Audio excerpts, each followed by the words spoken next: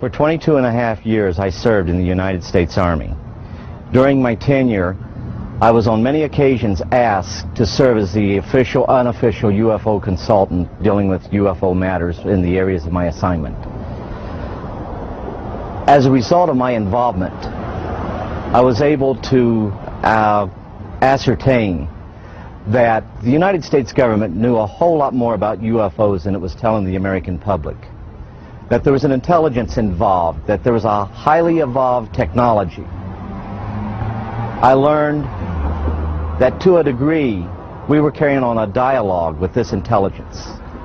We were making every effort we could to acquire this technology and make it part of our own existing technology. We did this, I was told, in the interest of national security. We also had an officially sanctioned deception program. This was in total disregard as to the impact this would have on the individual witnesses and also on their families. This ultimately led to my disillusionment with the program and my involvement in it. I sincerely feel that no government has the right to destroy the lives of the people which it is supposed to serve. While I was in the military and I got to the point where I was no longer interested in trying to be part of the program and actually was going against the program, and I started to be very open and talking about what was going on. This resulted in every effort being made to try to destroy my military career. I was threatened and they even tried to force my military retirement, or I could face possible court-martial. These actions failed, of course, as you know. At one point, I even had an individual come up to me, point a gun at my head, and inform me we could have a training accident, and this would end this foolishness once and for all. I firmly believe that those of us that served in a capacity of the U.S. government in some form or fashion, and who were exposed to the truth, we have a moral obligation to the UFO witnesses, the real victims of the UFO phenomena, to expose once and for all this policy and to reveal the truth, and that is, we are not alone in the universe. Robert Dean has a list of credentials a mile long. He served 4 years from 1963 to 1967 at Supreme Headquarters Allied Powers, Europe, the military arm of NATO. He was an intelligence analyst with a cosmic top-secret clearance. Well, Don, it began for me in 1963 when I was assigned to the Supreme Headquarters Allied Powers in Europe. I arrived in the summer of '63 and I was assigned to the Operations Division. I was further assigned to what we call SHOC, the War Room, the Supreme Headquarters Operations Center. And at that time I was given a cosmic top-secret clearance, which was and still is the highest level of security access that NATO has. When I was assigned to the War Room, I learned that a study had been initiated in 1961, and everybody was talking about it. They were gossiping about it. And the subject was UFOs, and that intrigued me a bit.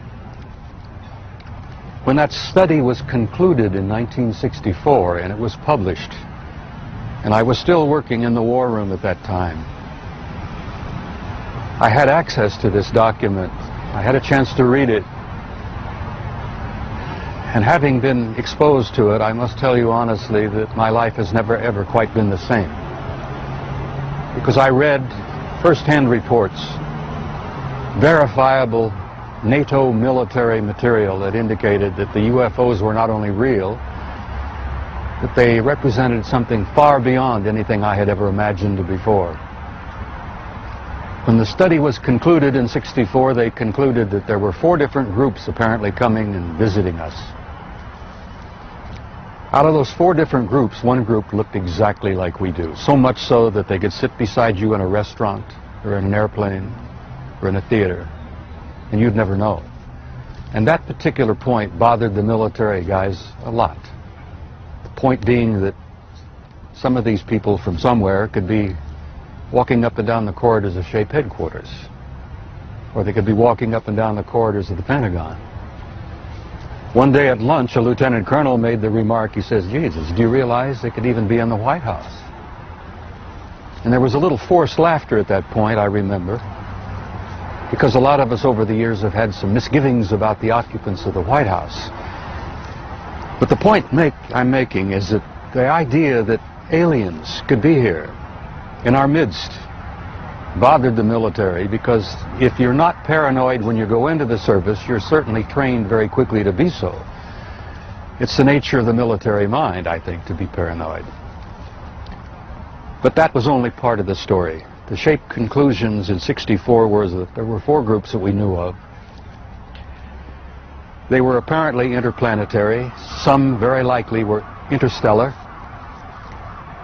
They even concluded that some of them could be intergalactic.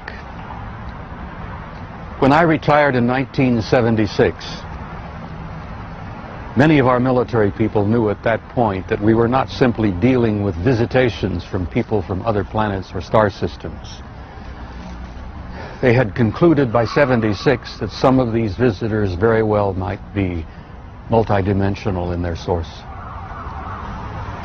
The evidence that we had collected and the evidence that they had repeatedly demonstrated to us, and that's no accident. It became very clear after a time that there was a program or a process of some kind underway, that they had demonstrated over and over and over again that they apparently were able to manipulate matter and time.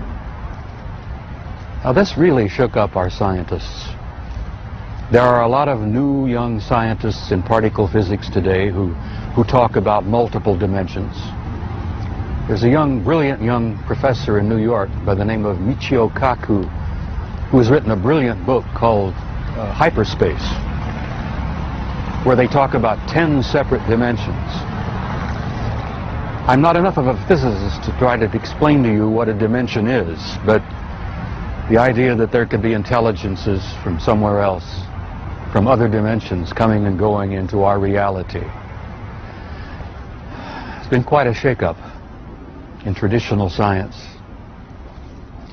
I guess I speak out openly and bluntly about this because I feel so strongly about it. I violate my security oath every time I speak about it. I do it intentionally, and I do it on purpose, because I feel so strongly that the American people not only have a right to know the truth, but they have a need to know the truth. The truth, Don, apparently is simply this, that we're not alone, we've never been alone. We are apparently part of an infinite universe filled with intelligent life. I find that exciting. It doesn't frighten me. The SHAPE study concluded in '64 that if they, whoever they were malevolent or hostile, that they could have taken this planet and cleaned it up and eliminated us, turned us into dog food or whatever, a long, long time ago. That the historical evidence indicates that they've been with us a long time, and I've concluded that we had what I like to call an intimate interrelationship with at least one of those groups, the group that looks exactly like we do. And that point is, I don't like the word alien. I don't think the term alien is appropriate at all here. I like to refer to them as family. We're related to them. I think they had a hand in our being here. And I think the time has come where we're about to meet our extended family. It's going to be very soon. And the people are not ready. And one of the reasons I do speak out so bluntly and so openly is if in some small way I can help people get prepared for this. Because I believe that this reality, once we have accepted it and understood it and gone beyond the fear, will bring about an expansion of consciousness in the human race that will truly help us and prepare us to go out there and take our rightful place in that infinite community of life.